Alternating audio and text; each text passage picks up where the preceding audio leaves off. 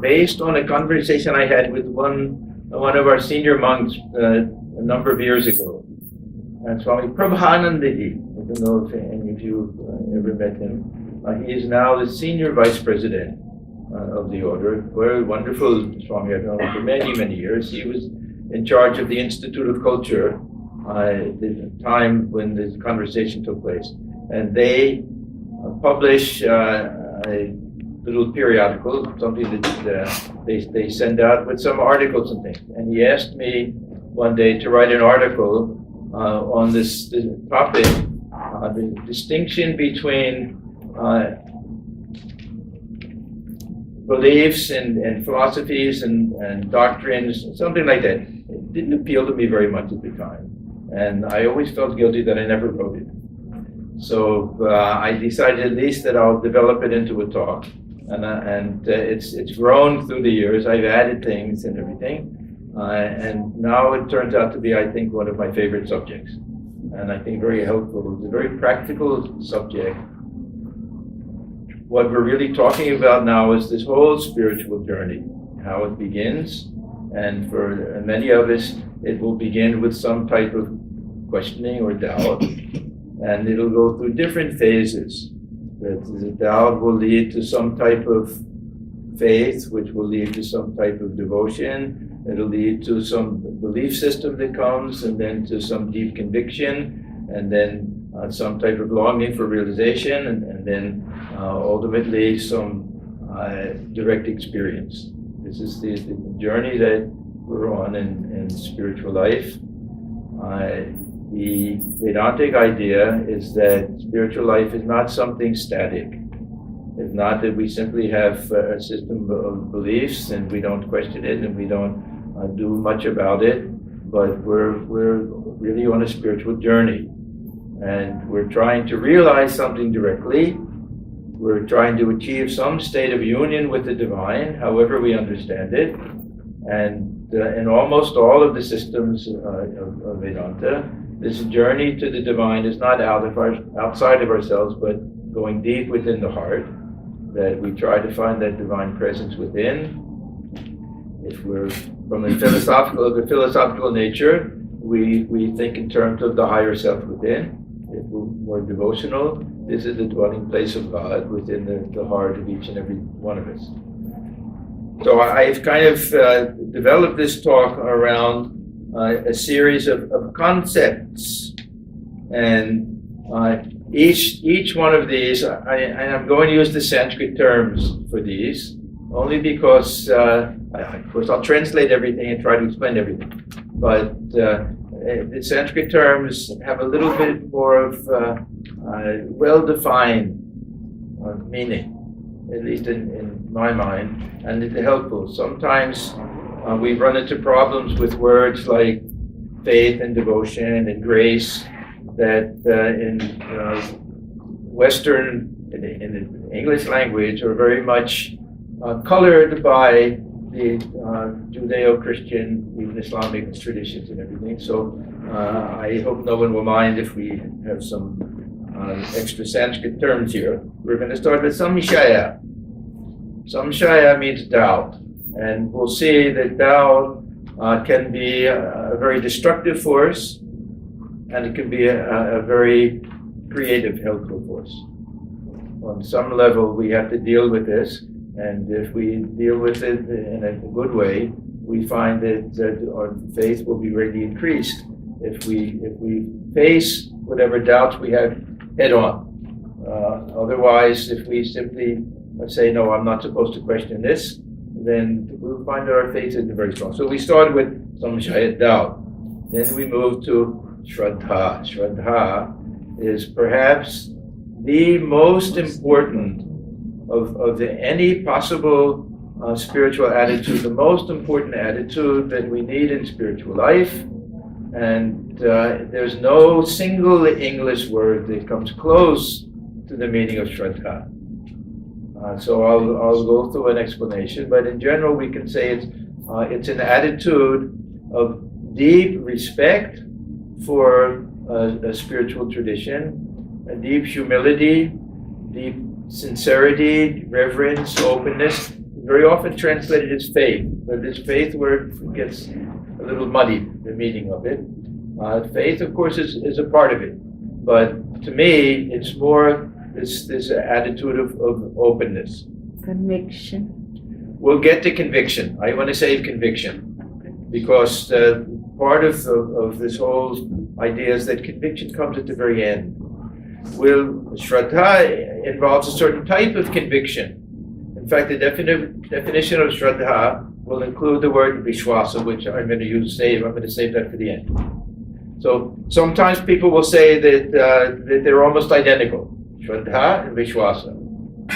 I'm going to say that one has to be there at the beginning and at the very end. It's just my interpretation. We can translate them differently so that because they both involve some idea of faith and conviction. So that's common to both of them. But sometimes we don't. We have a type of faith which allows us to continue without very deep conviction regarding the end. But we may have deep conviction that it's true without knowing too much about how we'll feel when we get to the very end. But before we get to the very end, we'll find that we've developed some conviction. So anyhow, we'll save that one. So from Shraddha, I want to go to something called Mata. Mata has many different meanings. It can be anything from some doctrine, Mata in Bengali, some doctrine to some philosophical system even. And then we'll get to Darshana, which will be a really more well-defined philosophical tradition. From there, we'll go to Nishtha. Nishtha, once we have some framework of understanding, then we have to be very steadfast in our devotion towards that particular path. That'll be Nishtha. Then we'll get to Vishwasa. Then through this steadfast devotion, we reach the stage where we feel some very deep conviction. Now, Sri Ramakrishna, I'll be referring to Sri Ramakrishna many times during this talk. He was a very rare soul who had every conceivable type of mystical experience and enjoyed this mystical union with God in all different ways, from the impersonal absolute to all different personal aspects of God. So he's our guide on this journey to a large extent. He used to say that once we have this Vishwas, we have everything. That once we have deep conviction regarding the truth, then this conviction will lead to the next thing, which he used to call Vyakulata. Vyakulata means intense longing. We can almost taste it. We have such deep conviction about the truth of it, we can almost taste it. When that comes, then the next thing will be experience. Anubhuti. Then we'll have direct experience. So this will be kind of the outline of what I'd like to discuss this morning.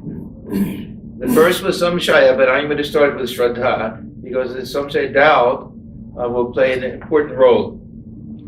So this Shraddha, this openness, this understanding that our knowledge is very limited, this humility that we can approach a teacher and say, you have a lifetime of experience, I'm very new at this, please instruct me. This feeling that if I don't understand something, I don't dismiss it. I have respect for the tradition, and I look within and say, what is it that I'm missing? The whole tradition of Western philosophy is that somebody will come up with some philosophical position, the next person will dispute it and reject it, and come up with his own. The system in the Indian philosophy, it builds that there'll be a tradition where it'll get more highly refined, but it'll show great reverence to the predecessor. We have schools of Western philosophy, but many of them are really started with this idea of refutation. In the Indian philosophy, they refute the other schools, but they'll have their own lineage that way. So the Shraddha, it's defined in Vedanta Sada. Vedanta Sada is a kind of a handbook of all of these different concepts. Guru Upadishta. So as taught by the Guru. So we have reverence for these spiritual teachers. This is something that is very, very important in spiritual life. The role of the Guru, for one thing, it's a sign of our own humility. That we don't feel, who is he to teach me? Who is she to tell me what to do? I'm also an intelligent person. I know as much as anybody else. So we find, but we have to observe the so-called Guru, look at the character of the Guru before we accept anyone. This is also a very important aspect of that. But anyhow, when we find someone that we feel is, if not a God-realized soul, then someone who's highly spiritually advanced that we can learn from, then we have to have tremendous reverence. So, Guru Padishta Vedanta Vakyeshu Vishwasaha. So Vishwasaha, what I'm going to say is at the very end, they're going to say is at the beginning, because we have to have conviction in the beginning regarding the person who will instruct us and the tradition that we're in. Now, it doesn't mean we have to suppose that the Guru says that, Tattvamasi, you are that. You are one with the Brahman. And can we say, yes, I have absolute conviction I'm one with the Brahman? No, we can't say that. But can we say that I see that this person has realized this truth, this person is transformed by this truth, I have a certain type of faith that it's true. I don't have conviction because I don't fully understand it, and I certainly haven't realized it, but I have conviction enough that I'm willing to rely, surrender on the teachings that this person can give. So this faith in the words or the statements. So this usually it means Guru and Shastra. So faith in whatever spiritual tradition it is. It doesn't mean that we have to literally follow each and everything that we find in every spiritual book that we have. We have to be sensible people. That when we read all of the different sacred literatures of the world, we find that there'll be some things that refer to social customs of the day that aren't very important for us today. But there'll be a kernel of truth in all of them. There'll be something essential. We have to take that. We have to, I was saying this morning, that Sri Ramakrishna would say that the ant has the ability to go to a mound of a mixture of sugar and sand and be able to take the granules of sugar and leave the sand behind. So we have to be able to do that. So what we hope for and strive for at the beginning is to have a particular attitude, to have a particular faith in the words of the teacher. We can't expect to have conviction at the very beginning. We have to have a certain type, of course.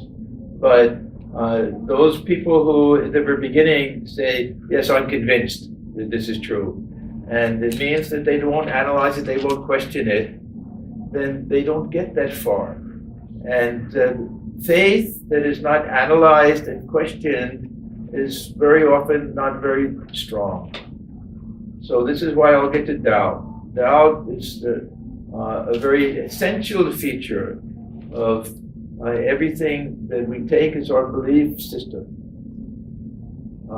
If we don't analyze things, then someone can come up with some other argument against it. We say, oh, I never thought of that. You're right, it doesn't make sense. But if we question things at the beginning and to conclude that, yes, this meets my test for truth, then it becomes something very firm. So, anyhow, to go back to Shraddha, we have to have openness, we have to have respect, we have to feel that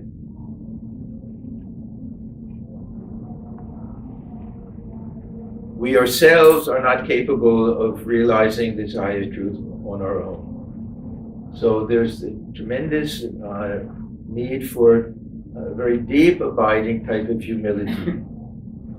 And sometimes this can come through just trying to do things on our own. Sometimes it's just we grow up with that type of tradition. So this is very important. There's a Zen story that's told of a young Zen student who goes to see a Zen master, a fully enlightened soul. And this young student is very arrogant and really thinks that he's just going to ask for instruction, but really thinks that he knows everything. So he goes before this Zen master, and the master immediately sizes him up, immediately knows. So he says, come, let's have a cup of tea first. So he says, okay. So the Zen master takes the teapot and is pouring tea into the cup until it fills up to the top, and he keeps pouring, and the tea keeps overflowing. And finally the student, he says, what are you doing? Why are you trying to pour tea into a cup that's already full? And he said, you've come to me also already full, saying that you want me to give some knowledge to you. How can I do it? You yourself have to be empty first before. So it's a very nice illustration that we have to have that type of humility. Not that we have to feel that we're fools. We should also have a little self-respect, that we're intelligent enough to observe someone and to look at a tradition and see if it makes sense and everything. But we have to be willing to learn. Now, let's go to this samshaya. What is the role of doubt? First of all, samshaya has two very different meanings. I said it before, it has a very negative meaning. In Gita, we have this phrase that the samshaya atma vinashiti, that someone who is by nature doubting, not just samshaya atma, someone who by nature is skeptical. No matter what you say, they say, I don't believe it. It's nonsense. It's ridiculous. So those people, there's no hope for them. Vinashiti. They're gone. So at the very least, we have to not be of that nature, that if we don't understand something, we have to say, okay, I haven't yet understood it. Can you try to explain it? We don't just dismiss things. This is the very negative side. The positive side is that it means that we'll question things and we'll look at them deeply till we understand them. Now, we want to get rid of doubt at the very beginning, on the one hand. On the other hand, final doubt only gets eliminated with enlightenment, God realization. So we have a very beautiful verse from the Mundaka Upanishad. It says, once we've seen that reality, which is both immanent and transcendent, once we realize that highest truth, three things happen. That the knots of the heart get untied, our karma gets burned up, and all of our doubts are removed. So final doubt, that means we really can't say, suppose somebody says that it's raining outside. We say, okay, that I'm not quite sure if it's true. Somebody says, I saw it. I said, oh, you saw it, okay. And then come in and say, oh, your clothes are wet. So little by little, we're thinking, yes, that how can I doubt?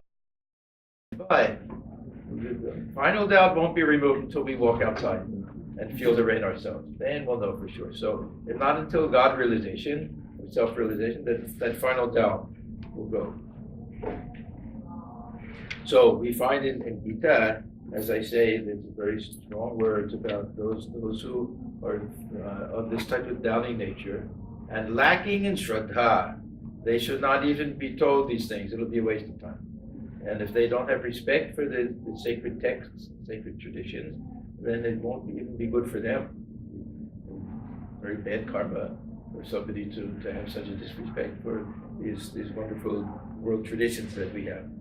But this Chityante Sarva Samshaya, this actual removal of doubts, that doesn't come to the very end. We have some examples of this different attitude towards doubt. I want to give a few illustrations in the life of Sri Ramakrishna and his disciples. There was one disciple, his name was Latu. He was an orphan boy who grew up in a small place in Bihar, and he was the only one of the direct disciples of Sri Ramakrishna that wasn't well educated, that came from a very poor family, and were very simple in nature. He actually came to Calcutta as a servant boy. He was working he must have been 14, something like that, working in the house of one of the devotees of Sri Ramakrishna. And he used to run errands. Now, the Sri Ramakrishna recognized him as a diamond in the rough, a very, very pure soul, and was very attracted to him. And Latu, he loved Sri Ramakrishna, so ultimately he stayed with him and became one of the great monks of our order. The only one who was like that. He was the only one, actually. Sri Ramakrishna tried to teach him how to read. He was illiterate.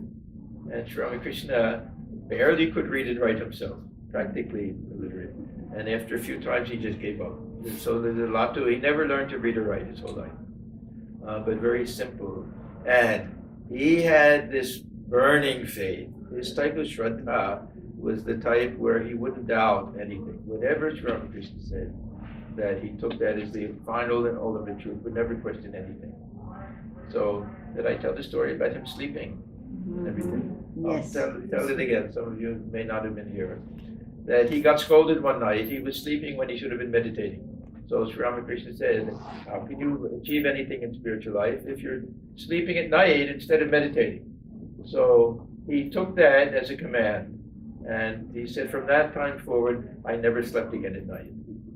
I would catch a few minutes of sleep during the day. He took a little nap in the morning, in the afternoon. The whole night he would stay up and spend in meditation.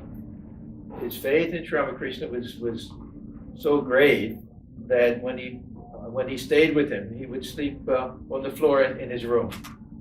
Many of the devotees will do that. That when he got up in the morning, he wouldn't open his eyes unless he was sure that the first thing he saw was Sri Ramakrishna. And Sri Ramakrishna knew that. So he would hear Latu calling, where are you, where are you? Of course, he wasn't sleeping at nighttime, but when he would get up. So Sri Ramakrishna would run to him knowing that was his nature. He would only open his eyes if he would see him. So this was the nature of Latu Maharaj.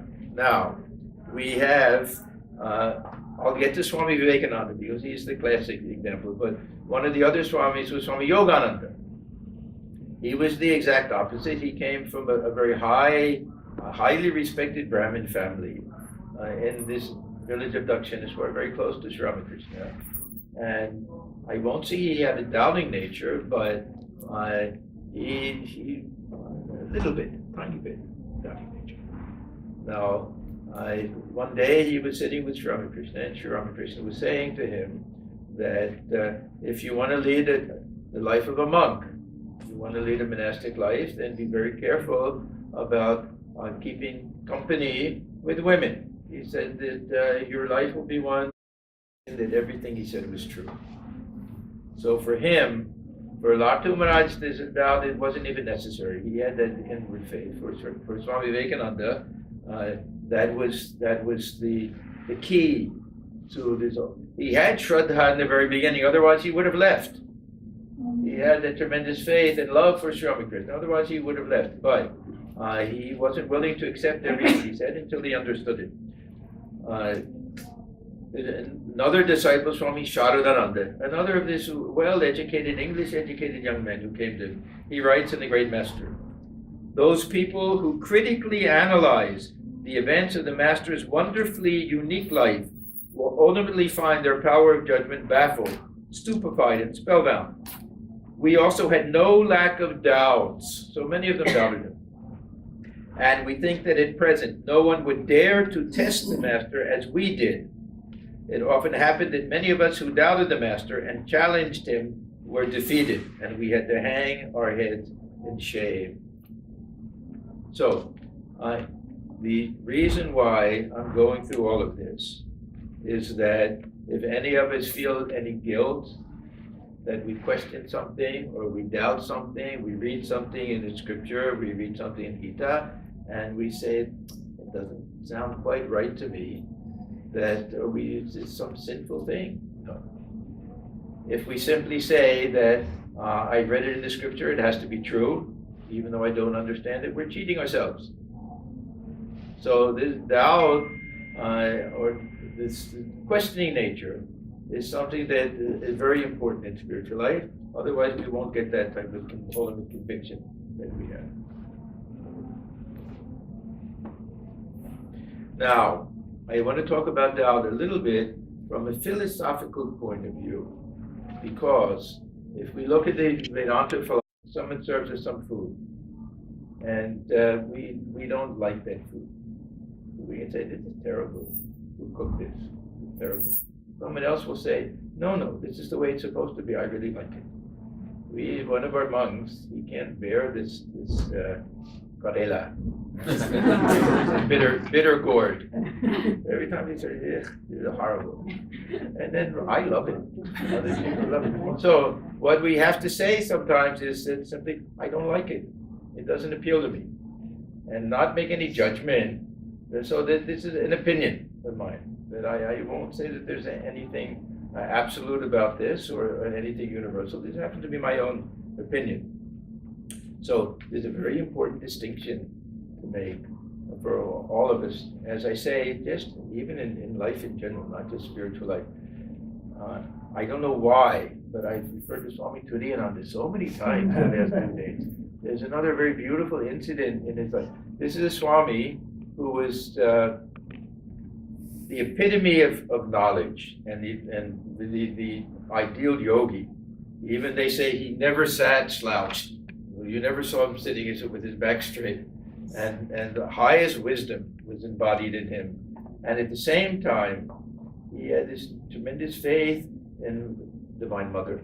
He was always saying, Mother said this, Mother said that. So he was a very, very wonderful Swami. He was very attached to Swami Vivekananda. I'll tell a story. It has nothing to do with any of this, but it's just such a sweet incident. There's a place called Ridgely Manor where Swami Vivekananda stayed for a very long, several visits. He spent a long time there. And the Swami Atmajnananda, he also came to the West. And one time he and Swami Vivekananda were staying in the same room. Now, the woman who lived in that house, she and her husband owned this big mansion. She came in one morning and she saw that Swami Atmajnananda, his bedding was on the floor. Swami Vivekananda was on the bed.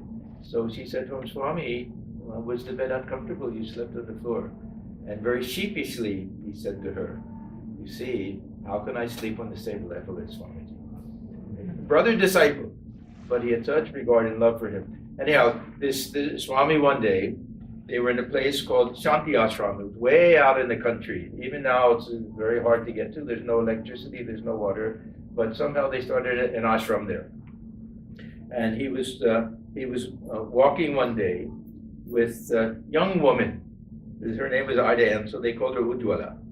And this is what we read in Spiritual Talks, a very nice little book, Conversations with Swami Atmajnananda. He said, one afternoon, Swami Atmajnananda and Ujjwala just happened to meet. He asked her, Ujjwala, are you deep or shallow? Do you live and die in words, or do you live and die in principles? Before she could think of an answer, he added, this is the important part, in matters of opinion, swim with the current. In matters of principle, stand firm as a rock. A very important distinction to make. And Ujjwala later commented, that was all, but he had given me in a moment guidance for a lifetime. So some of these things we take as very high spiritual ideals, but they're very, very practical things. We don't have to believe in God, we don't do anything to implement some of these ideas. Just to be able to say that I recognize this is just my own opinion of things. That no one else has to believe the same things that I believe. But if something is a conviction, if somebody says, no, it's not important to lead a very pure life, that you can do this and that, it doesn't matter, I say no. This is a very deep conviction of mine. I'm unshakable when it comes to that. Mata, the reason why I chose mata as an important term, it's not such an important term in Vedanta or anything, but probably the best known statement of Sri Ramakrishna uses this word mata, mat. Toto ma, toto pa. Joto ma, toto pa, sorry. Joto ma, toto pa. As many faiths, generally we say, but we can really say as many even philosophical positions We can take it whether qualified all the different schools of Vedanta, whatever. Each one is a path. Whatever belief system that we have, faith system that we have, each one is a path to God.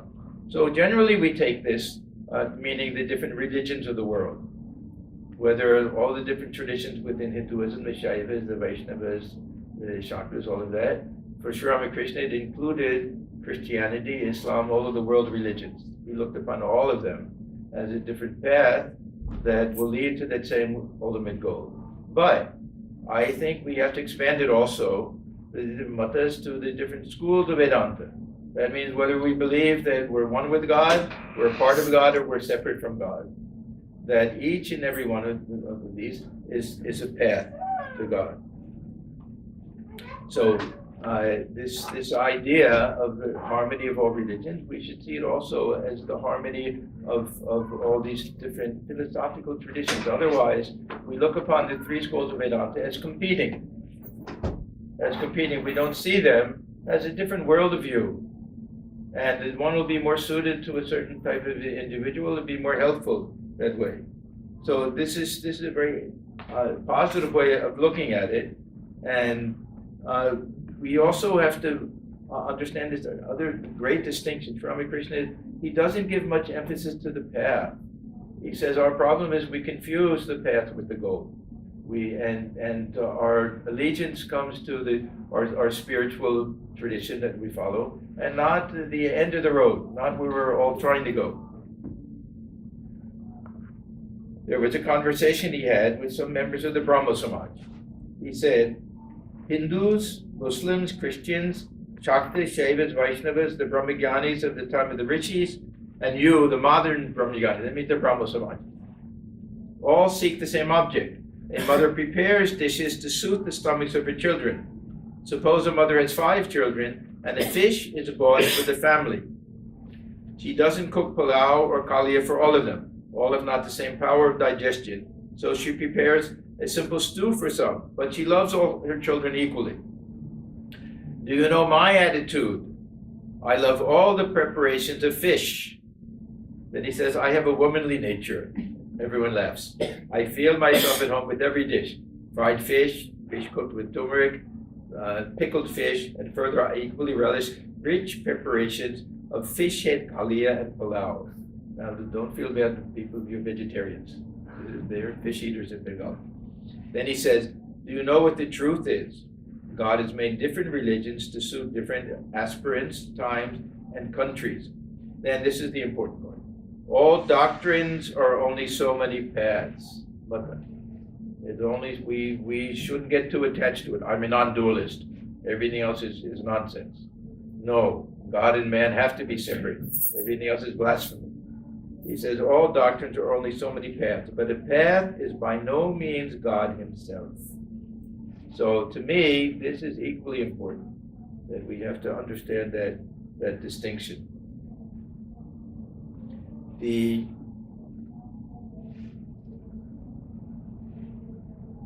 One of the best ways of understanding this is a statement that is attributed to that great jnani, Hanuman. Hanuman, we think of the monkey. That we think of him in terms of the servant ideal, the great servant of God, but he was very intelligent. The story goes that he was called before Rama in the assembly, filled with all the courtly people and everything. And Rama asked him, Hanuman, how do you look upon me? So this Hanuman said a very famous statement that Sri Ramakrishna refers to many times. He says, Deya buddhya tudasoham. When I think of myself as a physical being, this body, I'm a monkey, then I'm your servant. Then he says, Jiva buddhya tvadangshakaha. When I think of myself as a soul, then you're the whole, I'm a part of you. And he says, Atma buddhya tvameva aham. When I think of myself as the Atman, you and I are one and the same. No difference whatsoever. And then he says, Iti me nishtita matihi. Matihi and mata are the same thing. He says, this is my most mature opinion. This is my firm conviction. That this is, now, what does he mean? What is the firm conviction? Is it the final one? No, it's all of them. It's all of them. is all of them, that each one is true, depending on our mood and our spiritual attitude. That if somebody says that I am a servant of God, everything I do is for the sake of the Master. This is my attitude. Somebody says, no, that's wrong. There's no distinction there. Then we say that, okay, what type of knowledge is that? There may be a state of mind I may reach that where I understand it and I like that, but that's something completely unsuited to me. So, for Sri Ramakrishna, it was a question of suitability. This Ruchi Bheda I mentioned yesterday. What appeals to us? We all have different tastes, distinction of taste, and this idea of adhikara, that what are we qualified for? Vajam Shakti, what can we digest? These are the two things that determine whether a spiritual school or tradition, faith tradition, or religion or something is appropriate for us. Not this question of is it true? It's a silly question. There's truth in every spiritual tradition. The truth lies in the goal. If it can take us to that goal, then it's perfect for us, absolutely perfect for us. We don't want to question anything. We don't want to go into the little details. Once Swami Vivekananda was asked about this image worship, idol worship. You're bowing down before a statue, stone. And he said, what can I say about it? That my master, Sri Ramakrishna, attained the highest God realization by worshiping this image you're talking about. How can I say anything negative about it? It was through that type of worship that he realized the highest wisdom and knowledge and oneness with God. So how can we question anything like that? So this idea of mata, if we can understand it, this is something which is appropriate for us, and we don't have to expect anybody else. There's a very funny trait that human beings have. If I believe something, I want everyone to believe. I'm not happy if you don't believe what I believe. Very funny type of thing. We had one Swami. I heard this story much earlier than my time. That when he would get in these quarrels or arguments or just, they would have fun. 2 months would be talking, one would be trying to convince the other of something else. And he would say in Bengali, "Tumi thik bolecho," what you said is right. Then he would say, "Tomar mote," according to you. Again, this mata, in your opinion. What you said is perfectly true, absolutely right, according to you. That would put the end to the whole argument. That meant I don't believe it. But you have every right to believe it. You have every right to believe it. I'll tell you one personal incident. It was very, very important to me. It happened very, very early in my spiritual life. I was only probably 25 at the time. And one of our Swamis was giving this beautiful discourse on Brahman and Maya. That Brahman alone is the ultimate reality. God alone is real. There's God in the Godhead, motionless, moving. And yet, through Maya, this whole universe comes out of this Brahman. So I said, if Brahman alone exists, then where does Maya come from? So he gave this nice explanation that, yes, there's a Maya we can't say is real, we can't say is unreal, that it disappears with knowledge. He went through the whole thing, which was okay, satisfying on some level. And then he looked at me and said, "See what a beautiful idea it is."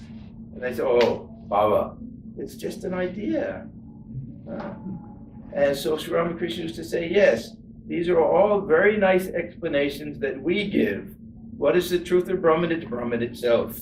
It's the experience of it. It's the realization of it. It's not what we say about it. Even with an ordinary human being, you want to describe a human being, how much can we say? Every description is a limitation. Every description will automatically be leaving a few things out. We'll never capture everything about a person unless we say, this is that person. When that person comes before us, then every aspect of the person is there. Father, mother, child, teacher, lawyer, doctor, whatever it is. Everything is included in that person. But when we try to describe that person, then it'll be according to our perspective. Everything is from a particular perspective. The reality is Brahman itself. So Sri Ramakrishna used to say, what is Brahman like? Brahman is like Brahman. What did ghee taste like? It tastes like ghee. But we can give some other analogies, but the only way we really know is by tasting it. So, when we ask this question, is something true or is it not true? Better to ask this question, is this a belief system that will work for me? Is there at least enough logic to it that I can develop some conviction of the truth of it? We don't want to accept something illogical. That was what I was saying at the very beginning with doubt. That's why we have to question things. Yukti, this power of reasoning, is something that we don't want to give up. As soon as we hear somebody say, when we say we don't understand it, they say, just accept it. Doesn't matter if you don't understand it, then we have to question it. It's okay if somebody says that, wait, ultimately you'll see the truth of this if you follow this path. That's one thing. If they say you're not allowed to question this, that it's in the scripture, it has to be true, that's the beginning, the end of it. Then we won't be able to develop any firm conviction about something like this.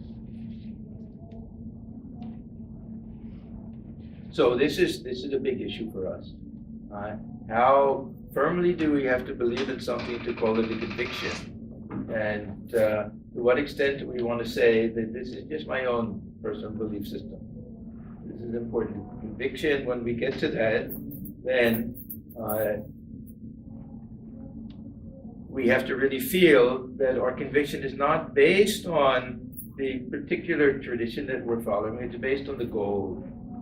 To me, conviction comes when we say, yes, I've seen these highly realized souls. I've seen those who have practiced these disciplines, spiritual disciplines, for a whole lifetime.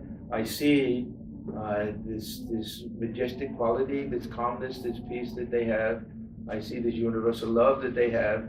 I'm convinced that if I also, with sincerity, follow this path, that I'll also be able to achieve that.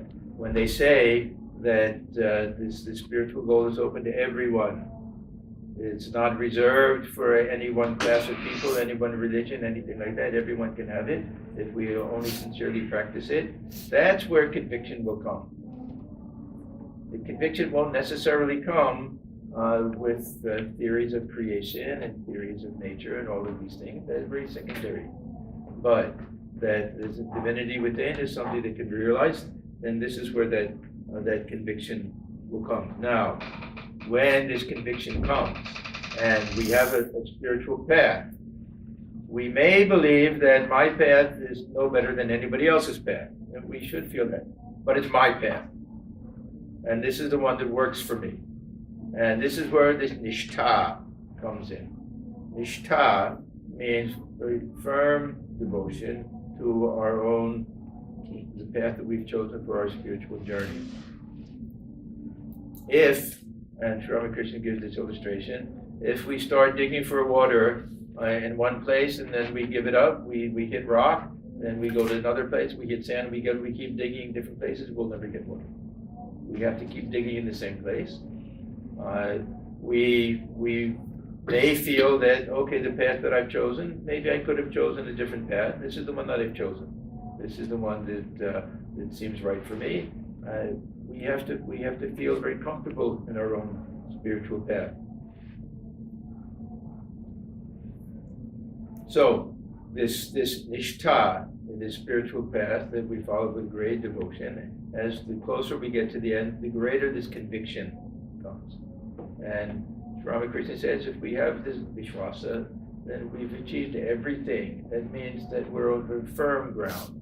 When we have this conviction, then that type of doubt won't come to us anymore. That at that stage, prior stage to that, we may even give up. We may say, I've been doing these spiritual practices for so many years, I haven't achieved anything that I think is a waste of time. Or let me try something else. But once this conviction comes, then we say, no,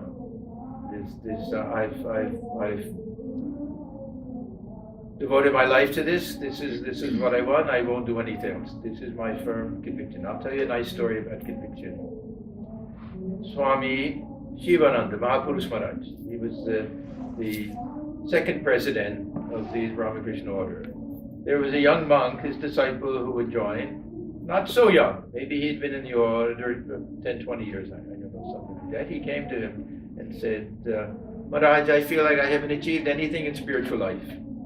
I've been doing all my meditation and everything, and I don't feel that I'm making any progress. What should I do? So Swami Shivananda looked at him and he said, okay, you have a brother, right? He said, yes, I have a brother. What does he do? He's married, he has a family, he has a career. Is he happy? Yes. He's a very good man and everything. He said, you could do the same thing. You're young enough. You could leave, you could have your career, you could lead a good life, be a devotee. You're not making any progress in spiritual life now. Why not do that? So he looked at him and he said, how can you say that? The whole life I've devoted to the order, to the spiritual practice. Impossible for me to ever give it up. And Swami laughed and said, you think you've made no progress? Look how much progress you've made with this conviction that you have. That this is the only path for me, the only life for me. So this is that Vishwasa. Now, what comes from this is that we get this burning conviction that is true, that's not enough. We get this burning desire to realize it. Swami Vivekananda gives the example of a thief who in a room, and he's told that right next to him there's gold. And somebody told him that he has great conviction that he knows that it's true. And this tremendous desire, greed comes. So the whole night he's digging underneath to get through, to get the gold. So we also have to have that type of longing. And if we have that type of longing, this is that Arunodaya. Sri Ramakrishna uses a very nice term that when we see the sky, a little pink color, orange color in the sky in the early morning, we know that the sun will be up very soon. So that means when we get this tremendous longing for truth, for God realization, for vision, whatever it is, when it becomes so strong, then we know that God realization is right around the corner. How long does it take to see the actual sun when we see the beginning of the sunrise? 15 minutes, 20 minutes, half hour sometimes. Yeah. So then this is that final stage. What happens after that is called anubhuti. Then we have the direct realization. With this direct realization, all doubt is destroyed. Then that life is completely transformed. So this is that journey that we take. For many, it starts with a very healthy type of doubt, questioning, analyzing, and then we find the tradition that with great humility we have devotion for. We can accept that. We try to follow it. We form certain ideas and beliefs that develop into a system where we can understand the difference between what I can be flexible about and what I'm firm with. We develop firm conviction for that. We follow that with great faith. And then as we go further and further, conviction grows stronger, desire for realization becomes stronger, and then we have that final ultimate experience which removes all doubt. So this is that spiritual journey from doubt to, we can say, to enlightenment. So we'll stop here. I don't know if there's time for questions. It's about 5 after 12. Yeah, we can take 3 questions. Oh, if anyone would like to ask anything.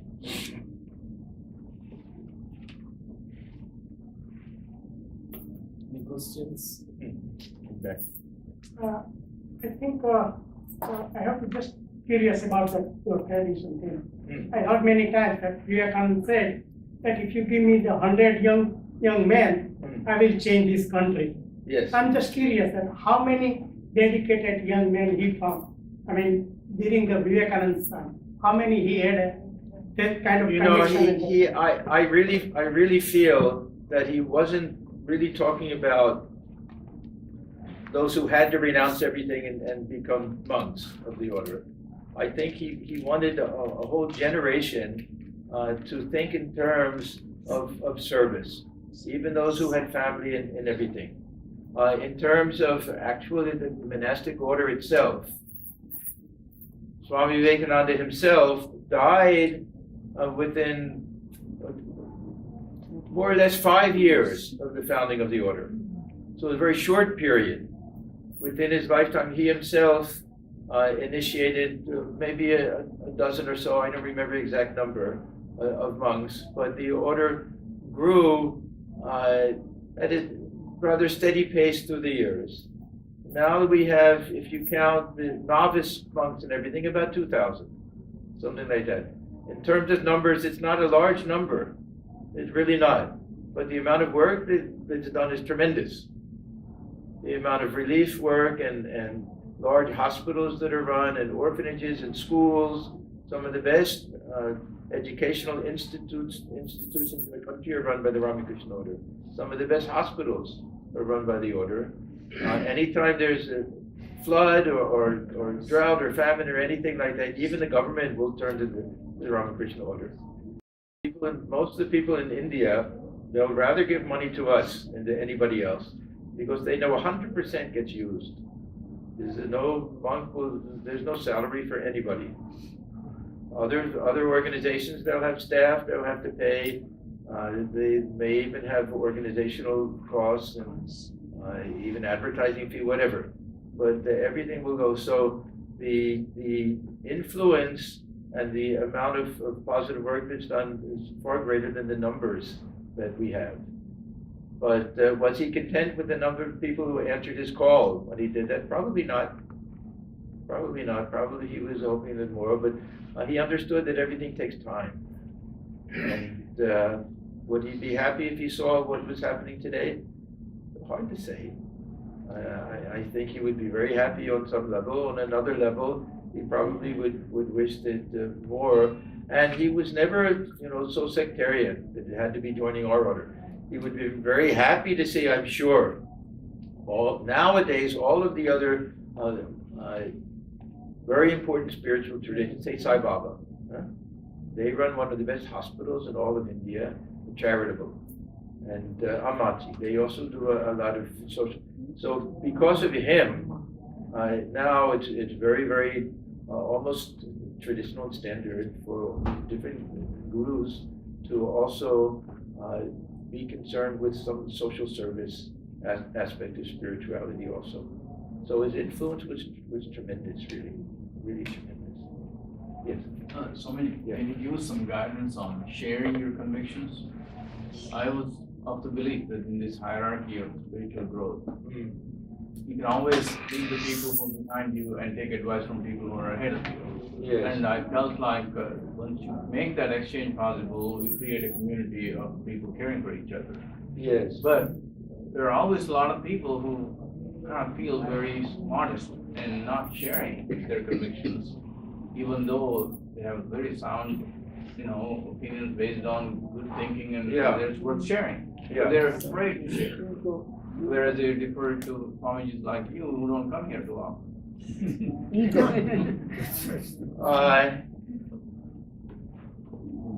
Well, I'll tell you one thing that's a little different with me than with many others.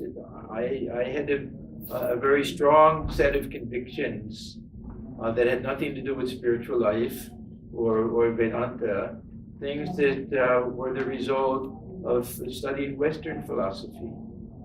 And one of these was the nature of the self.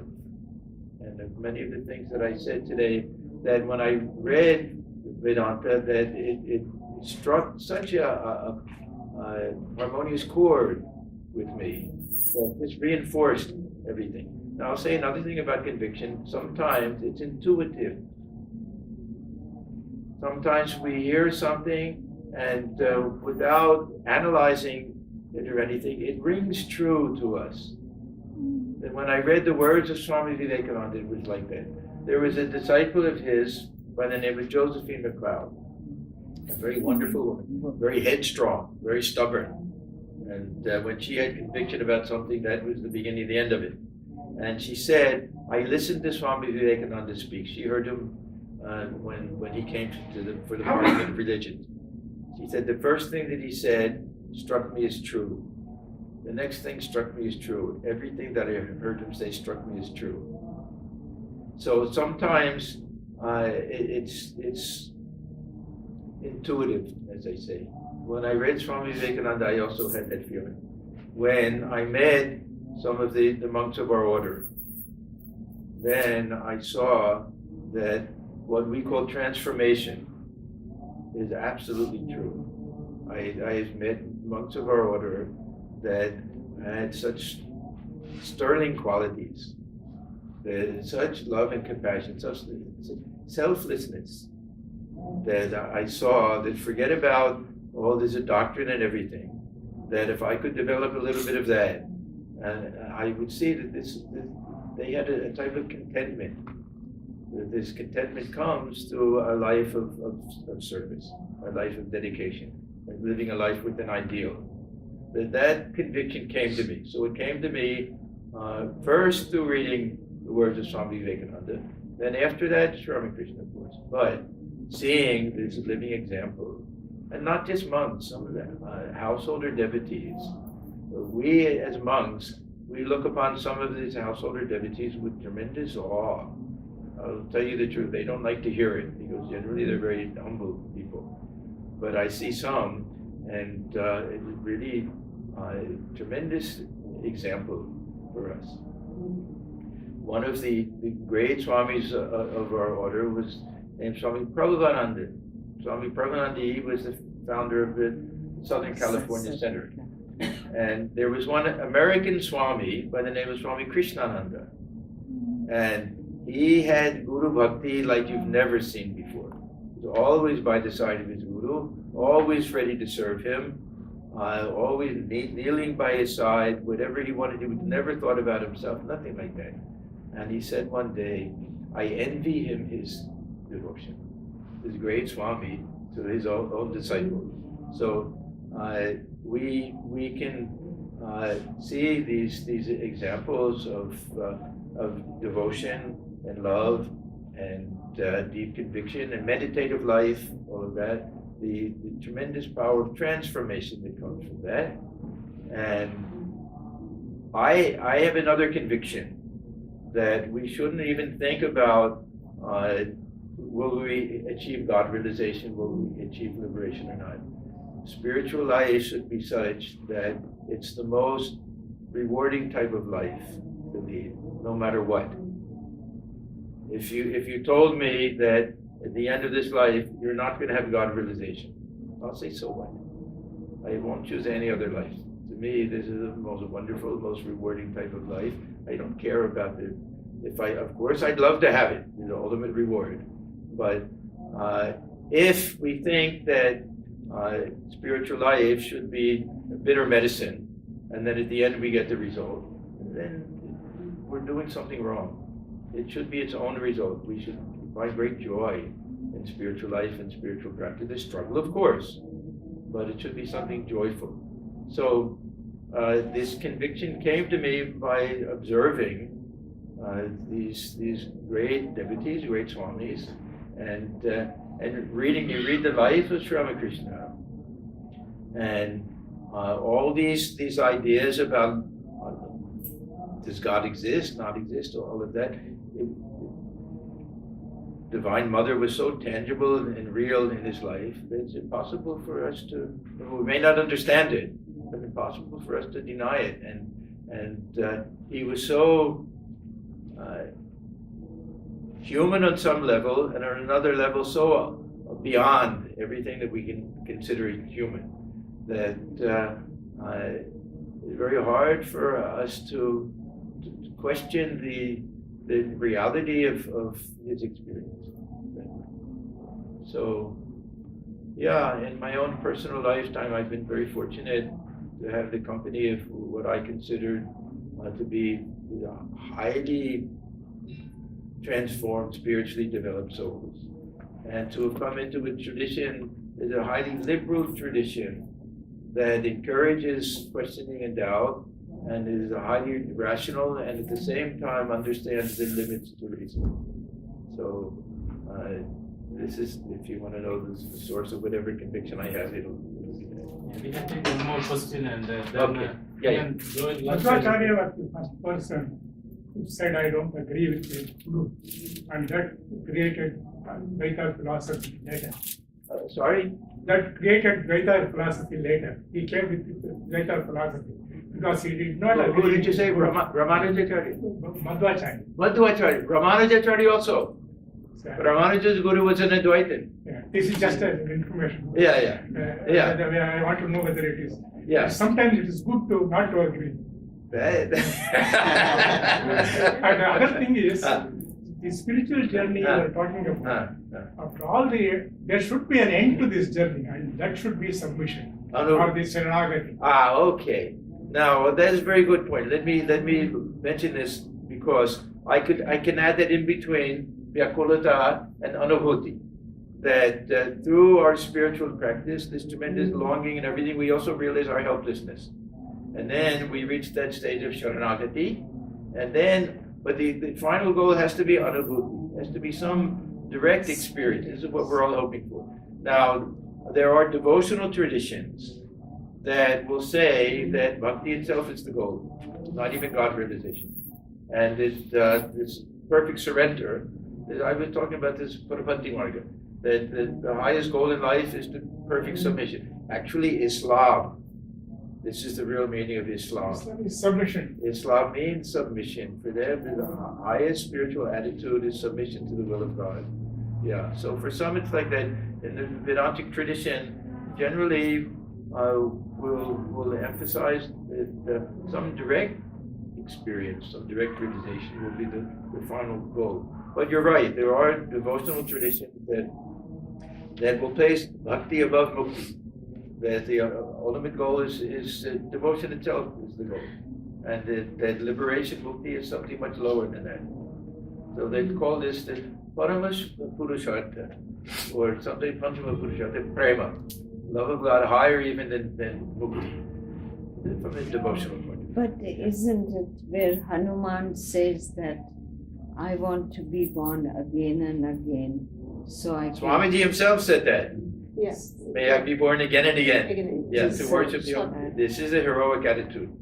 This is what they call it in Buddhism the Bodhisattva ideal. Willing to give up my own liberation to work for the welfare of others. Yeah, there are great souls like that. They're the ones who come again and again. They come for the welfare of the world. Yeah.